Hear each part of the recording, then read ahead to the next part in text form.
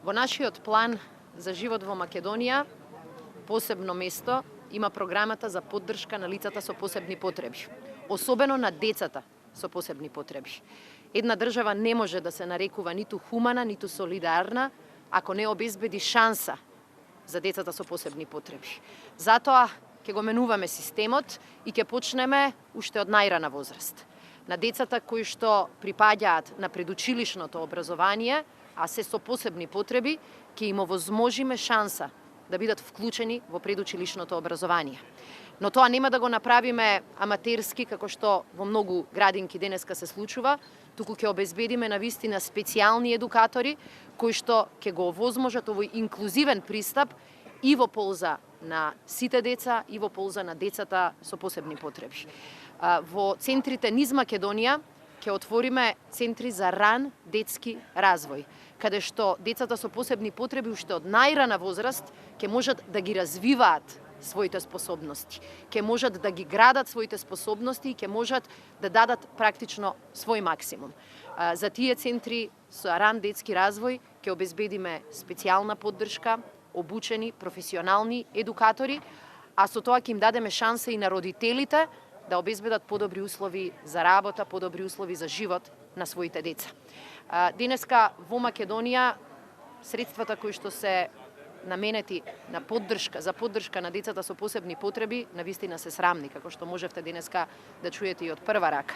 Затоа веднаш ќе ја зголемиме оваа поддршка на лицата со посебни потреби во прв чекор за 50%. На тој начин ќе дадеме шанса за подобар живот и на нив и на нивните семејства.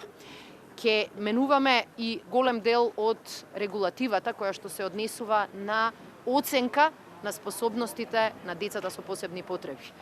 Денеска влада е систем во кој практично ние оценуваме или системот оценува кои се работи не можат да ги направат, наместо да се фокусираме на работите за кои се способни и кои можат да се развиваат. На тој начин и тие ќе станат дел од општеството кое придонесува и ја развива својата татковина. Ќе го спроведеме целосно законот за квоти во јавната администрација за лицата со посебни потреби, но ќе им дадеме и вистинска шанса да работат во администрацијата. Денеска најголемиот дел од нив не можат да употребат активни колички и на тој начин, иако им отвара државата шанса да работат, тие практично многу тешко и само со семејна поддршка можат да дојдат до работното место.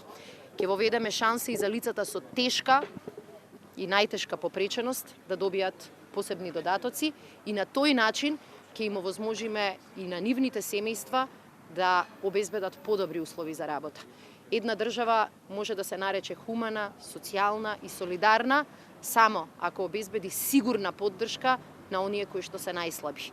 Ние сметаме дека Македонија може на сите да им понуди достоинствен живот. И затоа ве повикувам да гласаме за живот во Македонија, за живот во кој оние кои што се најслаби, оние кои што се најзагрозени, оние кои навистина имаат посебни потреби, ќе добијат шанса за добар живот.